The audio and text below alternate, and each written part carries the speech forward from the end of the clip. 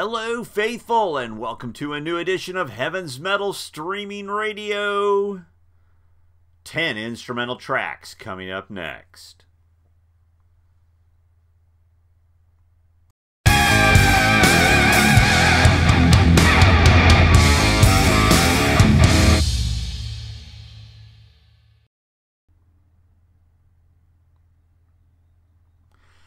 Welcome back, faithful, and I'm your host Keven Crothers here on Heaven's Metal Streaming Radio on YouTube.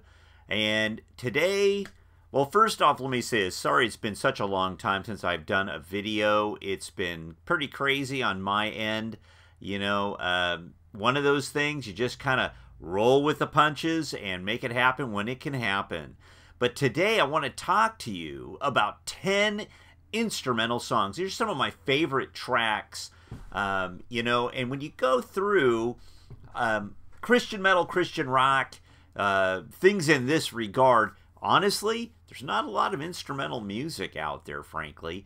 There are some things on this list that you probably have never heard of before, and there are some things not on this list that once I got to the end, I was like, oh my, I omitted that. And you know what? It's only 10 songs. These are 10 of my favorites. Obviously not supposed to be some kind of all-encompassing, inclusive, but 10 great hard rock, heavy metal songs that are instrumental. That means no vocals. That also means these are songs, not guitar solos per se. There are lots of things that aren't on this list that, you know, I mean, a 90-second guitar solo, it's great, but it's not a song. And I'm not talking about intros. I'm talking about songs. What's an instrumental song? It's something that, in my opinion, it takes you somewhere. You're on a journey. You get to go, and it brings you somewhere at one point and takes you to another. And they also kick butt at the same time. These aren't just guitar solos. These could be instrumental passages that are, you know, that have different movements, different arrangements. And I actually, you know, I got coming up with 10. And I'm not talking about, you know, sure, there's a couple of instrumental albums that I could pick from. And some of those might be on here and some of them might not be. There's a few I can think of right off the top of my head I don't have, or I used to have, but I don't have them anymore. I had some choices that I put on, and then as I started digging through, I took them off because I thought I found something better. So, let's get cracking on this. And coming in at number 10, and that's just a placeholder. None of this, I will say, except for number 1. Number 1... when I went back and listened to it, which I haven't listened to in a very, very, very long time, I was reminded why I played it to death back in the day. So, coming in at number 10, off of their 1990 debut album by Tourniquet, the song is called Whitewashed Tomb. Check it out.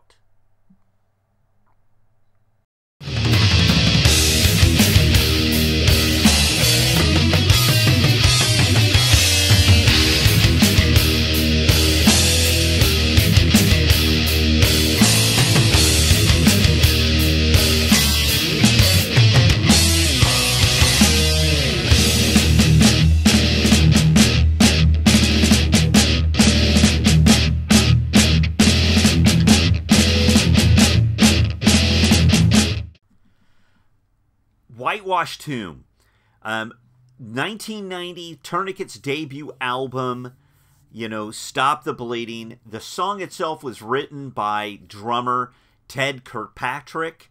He actually plays the first guitar solo in the song, followed by Mark Lewis, who played guitar on the second, and then Gary Lanier played guitar on the third.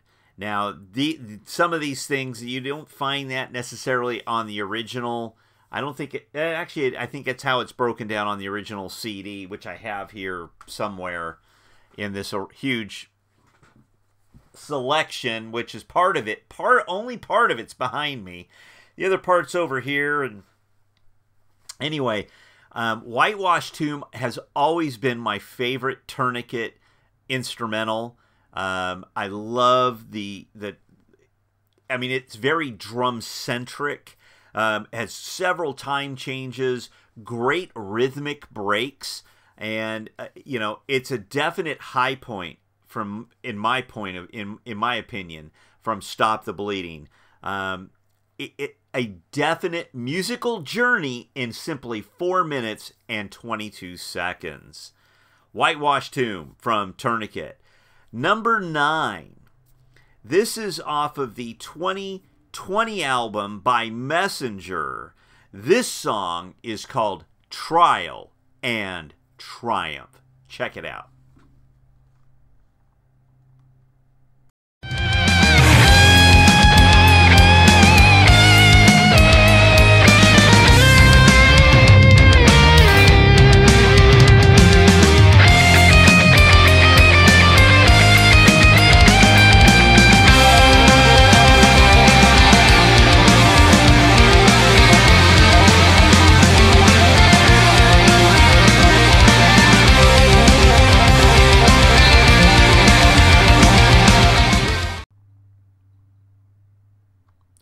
All right, Trial and Triumph off of Into Win by Messenger, my top album of 2020. You know, it starts off like you think it's going to be a simple guitar solo type thing, and written by guitar player Vlad Gurin. It defies your expectations, and it's got some great riffs in here. Yes, there are some guitar solo centric passages, but the way things are arranged, it's brilliant. I think in my review of that particular song, I said it was probably the best instrumental I'd heard since Iron Maiden's Transylvania. That might be stretching it just a little, but it is an absolutely brilliant song that Vlad shines as a guitar player and as an arranger. Great melodic sense, I think. Very powerful, and just a crushingly heavy song. Trial and Triumph comes in at number 9. And coming in now at number 8 on this list, and again, don't get hung up on the numbers, all right? Some of you will. You're going to freak out. Oh my gosh! Don't. Number 8, off the debut album by Narnia, this is The Return of Aslan. Check this one out.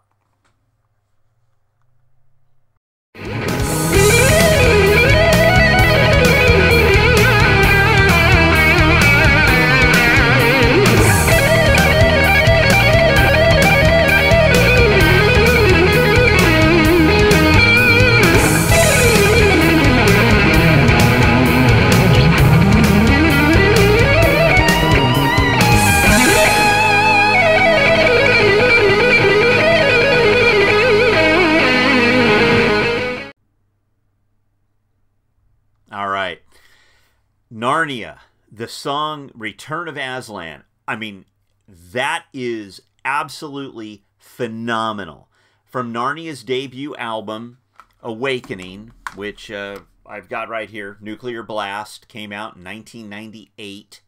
And at that point, C.J. Grimark, who's the guitarist for Narnia, if you're not familiar, he was 19 years old when this album came out. So think about that. He was 19 when the album came out. So in order to put all of this material on this song together, I don't know, was he 17, 18? It was written by CJ and co-written with Jacob Persson. I'm sorry, sometimes the Swedish names, I kind of don't always do the best enunciation, and I apologize. It's an explosive piece, this song is, of guitar pyrotechnics. Travels through several different melodic passages. definitely. All the while, you know, CJ explores and demonstrates his guitar mastery. I mean, at 19? Are you kidding? And while some may shrug this off as just a lot of Yngwie Malmsteen worship, CJ has developed a guitar player that clearly, even though perhaps that's where he started, that's not where he is now. He is one of the top guitar players in heavy metal, not just Christian metal, but in heavy metal, period. I do believe that he will be working with Michael Sweet on Michael's future solo project album, or Michael's going to work on CJ's solo project.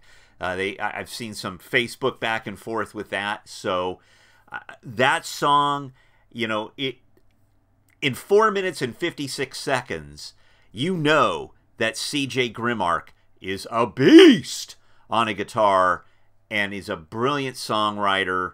And, you know, staying together with Narnia. And sorry, Christian, that there's no vocal here, but this is an instrumental. So CJ shines brightly, not just on this album, but all the Narnia albums following. And don't forget Martin Simpson's Destroyer of Death. So this song, Guitarmageddon, for sure, in 4 minutes and 56 seconds.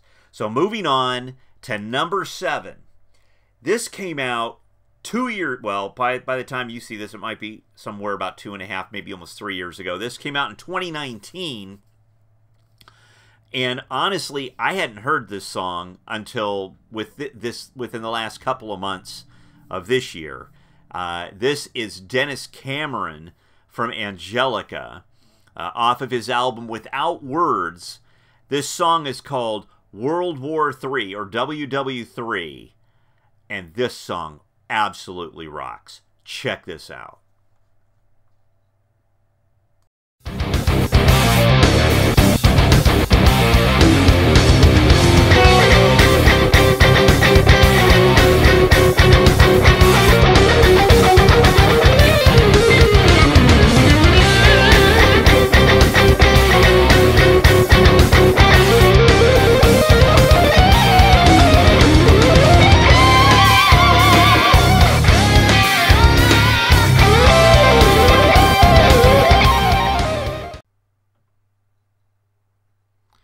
Okay, Dennis Cameron, you know, was the brainchild and founder and leader for the band Angelica.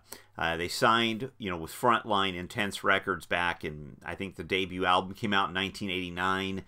Rob Rock sang vocals on that first album. They released like 3 or 4 more subsequent albums after that with different vocalists. And Dennis really, you know, has shown himself a top-notch guitar player who definitely, you know, even on that debut album, he had an instrumental. And there were a couple other instrumentals on some of the other records that they did. But this song, I honestly was kind of just going through stuff here. And I was like, whoa, Dennis, I went to his Facebook and then YouTube, and not YouTube, but he had a website, and there were some, okay, free tracks. And so if you go to Dennis's website, Dennis Cameron, I'll see if I can get the link in the description below. But with that song was the first thing I heard, and there's a music video. You can check it out on YouTube as well, if I remember right. Anyway, this song got groove-laden melody. I mean, it's palm-muted, and it grabbed me. I mean, it grabbed me so much. It was like I listened to it the first time. I went back. I had to turn the volume up and hear it like 2 more times. And it's memorable. It rocks. It's not the same thing over and over. There's definitely, you could say, like a verse and a bridge and a chorus and different passages of things that they all interconnect together. They have fantastic dynamics, fantastic energy here. just brilliant energy. And it's a modern day classic, in my opinion, for what that's worth these days. Who knows? That and $5 get you a cup of coffee at Starbucks if you're lucky. I can't underemphasize how much this song grabbed me when I first heard it, and I love it. It's a great song, highly and immediately memorable. Dennis Cameron, World War III, 2019. The album was called Without Words. Pardon me.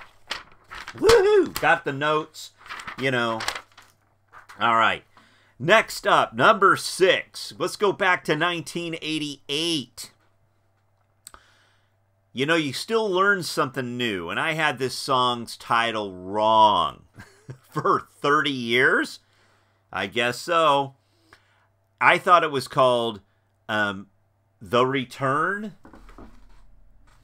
but no. It is called Returning. It's from Saint off of Too Late for Living. Returning. Check this one out and crank it up.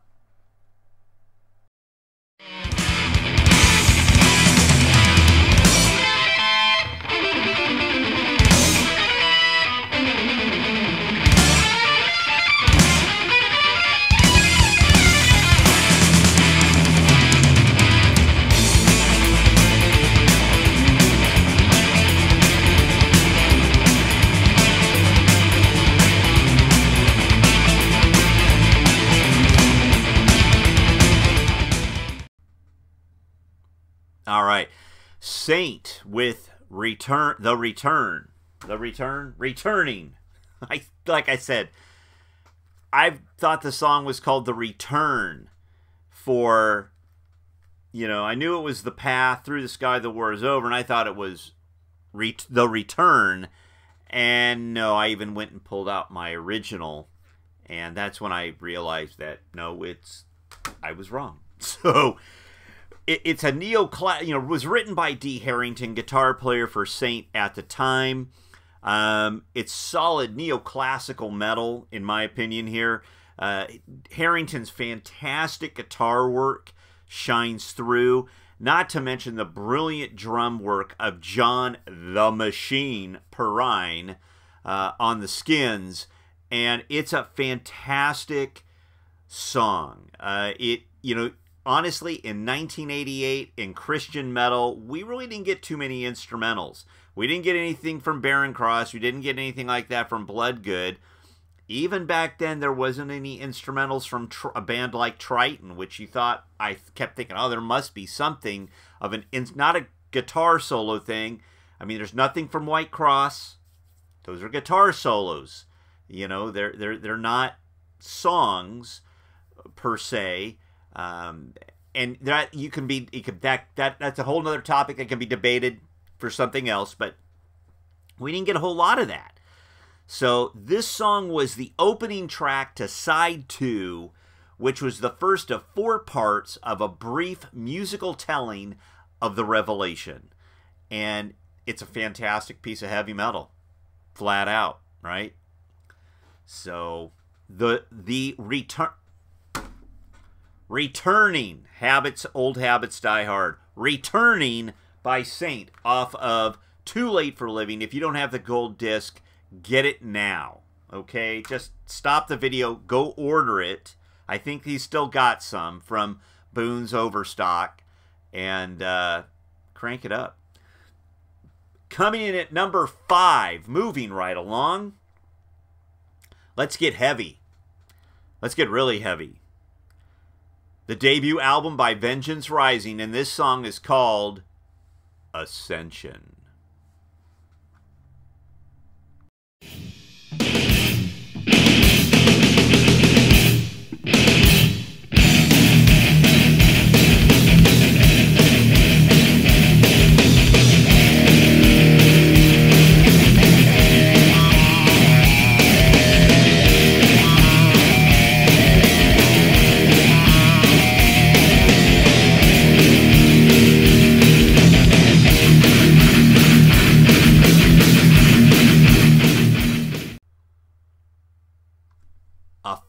full-on head-banging riff monster with swirling rhythm. I mean, there's parts in that song when Glenn Mancaruso's drumming. I mean, it's like he's playing a drum roll, you know, with Roger Dale Martin's bass, and then I've got Larry and Doug just absolutely crushing it in the riff category. Some of those breakdowns are just so flippin' powerful. I'm amazed, still amazed. I put that on and I'm like, man, that was heavy. That's still heavy 30 years later, 30 some odd years later. And Larry's lead playing on this song is amazing. You know, you can hear the wah, hear his wah pedal, grinding melody playing. You know, nobody else that I can think of could do that in a song like this and pull it off. I mean, I could see the windmills flying, and I can see the skateboarders on the stage sailing. And if you were a Cornerstone in 1989, you know what I mean about the skateboarders. Absolutely a brilliant piece of headbanging heavy metal. Ascension by Vengeance Rising off of their 1988 debut album, Human Sacrifice. Moving on. Number 4. From Michigan. This is a dark horse for sure, but when I went back and played it, Soldiers in the Mist by Exalt. Check it out.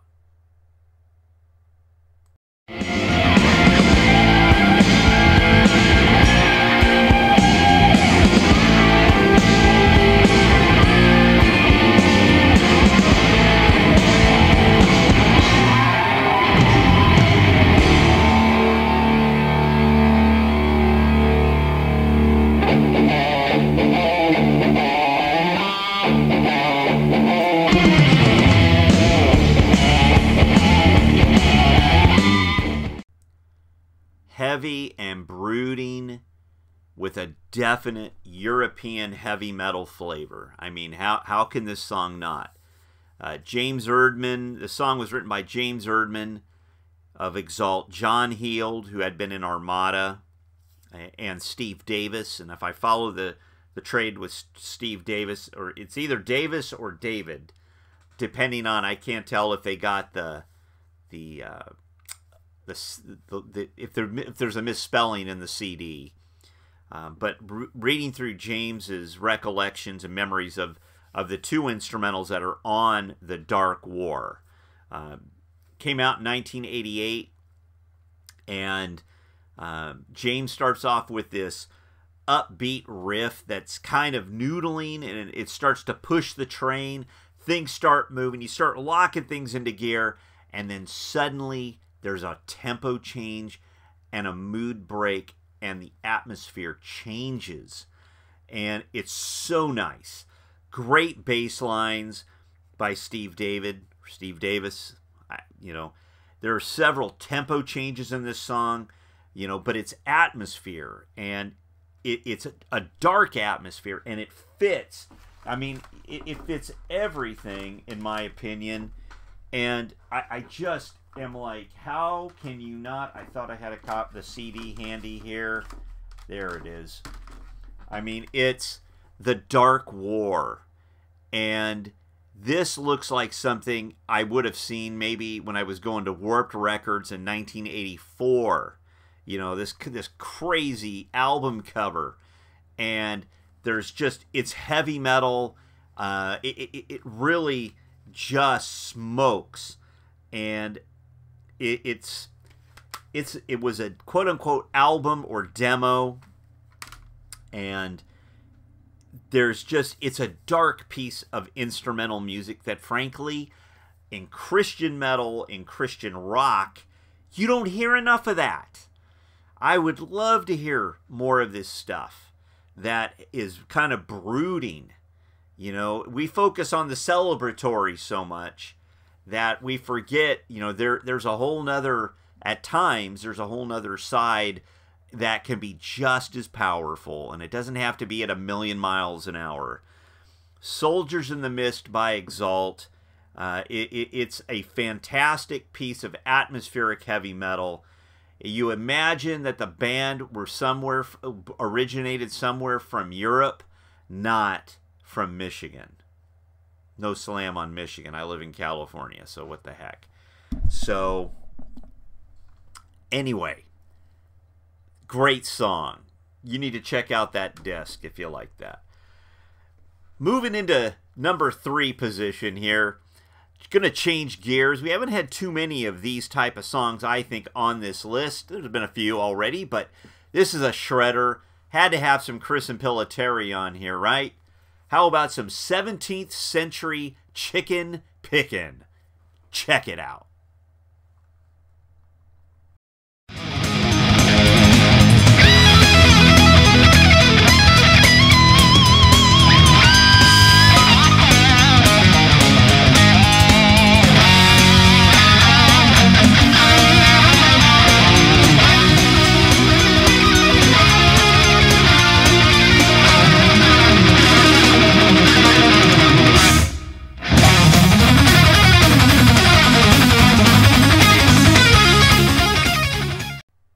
Chris doing what Chris does best. Melodically, playing melodically, incredibly fast licks that are memorable and to the point. You know, that song is what, 2.5, 3 minutes long, and it's a song. It's not just a guitar solo, it's a song. It's arranged. Chris is one of my favorite players, and it's just his ability to write memorable song structures, his ability to write arrangements that stick with you. Not something where there's a background bit and then there's somebody just soloing over the top. This, to me, is one of those songs where it's fun, it's fast, and I mean, there are some other instrumentals by Impellitteri I could have picked, you know, Texas Nuclear Boogie, or was it Spanish Fire? They could have appeared on this list, but I picked Chicken Pickin' because I think it's the best one. Moving on, getting close to the nitty-gritty. Number 2 by the Big D Deliverance, Thistles.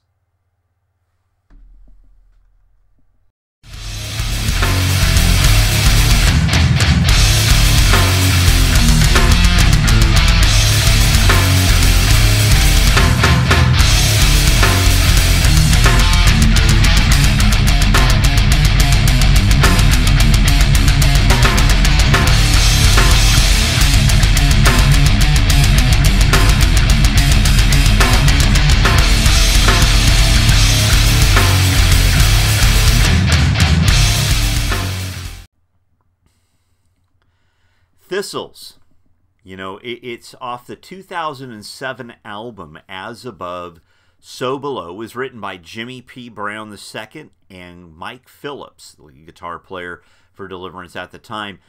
Mike went on to do his own solo album entitled Mirrors Within Mirrors, but that's for another time.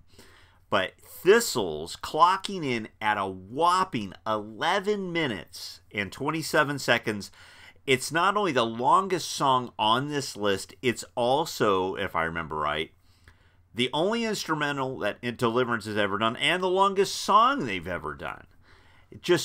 It's powerful, and it's brooding, and there are several passages of some crushing riffs. There's no real speed metal here. It's not a thrash song, but it's powerful. It's heavy. Another song that takes you on a journey, starting at one point, taking you somewhere else. And, you know, the last couple of minutes of the song is acoustic based, but it's rhythmical. It's, you know, it's not like it suddenly becomes soft. There are these passages, you know, and the lead guitar work in the song that Mike performs is quite good. Excellent guitar player. You know, Thistles is a track that lends itself to atmosphere and to wonder. It's a great song. Check it out.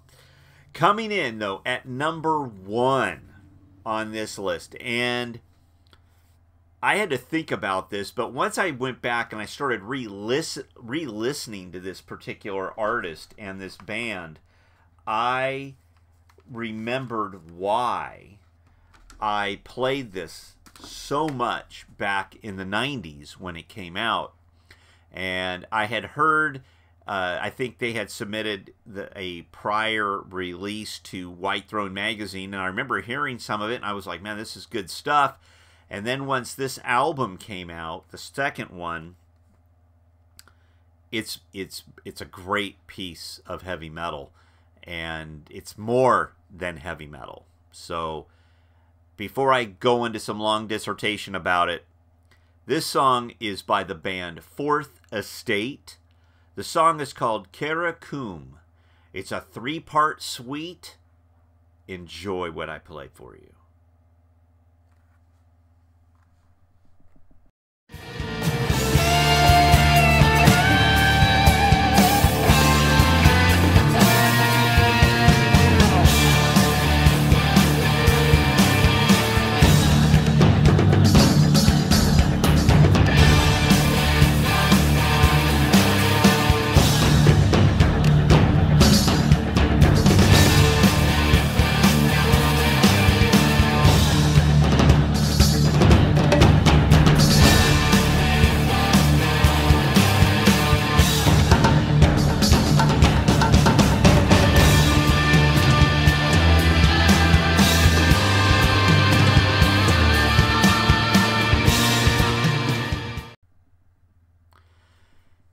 Fourth Estate, featuring the talents of Fred Babick, Dave Spur, and guitar player Dave Beagle. Absolutely, this song is a triumph of instrumental progressive rock. Swirling, memorable melodies, incredible musicianship. It's not a wank fest, okay? This song is a journey of epic proportions.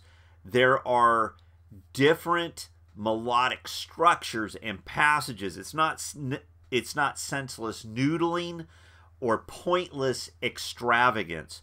It's an 8-minute tale of musical brilliance.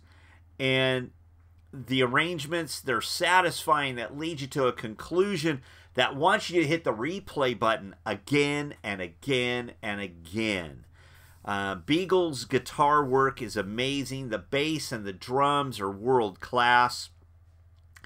Such good musicianship here that one has to wonder why nobody, I don't know anybody who talks about Fourth Estate in any capacity.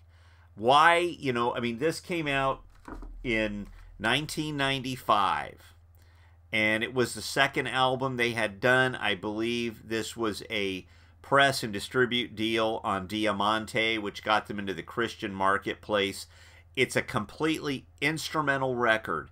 This album, it's not listening to Yngwie for 40 minutes. This is not some kind of, neoclassical whatever, which I appreciate all of that stuff. I mean, I really do. This album, I mean, there are 10 songs. The last track is that 3-part suite, Karakum. Part 1 is The Mirage. Part 2 is 10 Days Lost in the Sun. And Part 3 is Shadow of the Dune. It's such good art here, okay? Such good art that one has to wonder why this has never been, remastered, reissued. I'm sure Dave Beagle, and I don't know the man. When you look at their Bandcamp and his website, it looks like, he's put out a ton of stuff. Fourth Estate put out 2 or 3 albums, but as a solo artist, Dave Beagle, done a lot of production work, a lot of solo material. And I'm not familiar with the rest of that, but when I pulled this out, I remember back in the day, I played this album so much, often and endlessly. Songs like Crazy Ivan or Dad Gad, the Hammer Song, Taste of Heaven. I mean, these are all absolute classic. They're instrumental, which means, and they're songs. There are arrangements here. There are things that are, it's art, and it's world class at that. Dave Beagle played a very unique type of guitar. I don't have all the information as far as it didn't require tuning, and somebody will make a joke about that, I'm sure. But it's brilliant stuff. You can buy Fourth Estate's material from David Beagle's Bandcamp page, and all I can say is this song to me is a journey well worth taking, highly rewarding, and I love it. I absolutely love it. To me, it ranks up there with like a La Villa Strangiato, you know, a Transylvania, other instrumental, you know, Coast to Coast, other classic. I mean, we don't usually think of instrumental songs, but it takes a lot of talent to craft a memorable instrumental. And frankly, these 10 are, I mean, there are some I totally neglected. Sacred Warrior, Onward Warriors, that could have made on this list.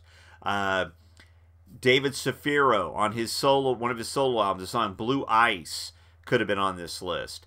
Effector had material from their one and only album that could have been on this list. Apostle had stuff that could have been on this list. And there are many, many others.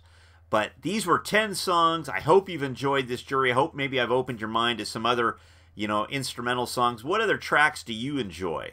Because this isn't everybody. There are lots of other songs and things, you know, and I kept it, you know, Christian-based, as it were. So I hope you enjoyed it. Get yourself some new music. Get some new heavy metal. I hope you have a great holiday season, or whenever this video comes out, that you've had one. And I will look forward to seeing you again in the next video. Don't forget Heaven's Metal Magazine, heavensmetal.com, you know, heavensmetalmagazine.com, and also Heaven's Metal Streaming Radio. We're on 24 hours a day, 7 days a week. Don't forget to check us out. Artists of the Month every month. We've done Bride and Bloodgood and Deliverance and Res Band, and I've got more forthcoming. So until next time, don't forget to say your prayers, and until the next video, God bless.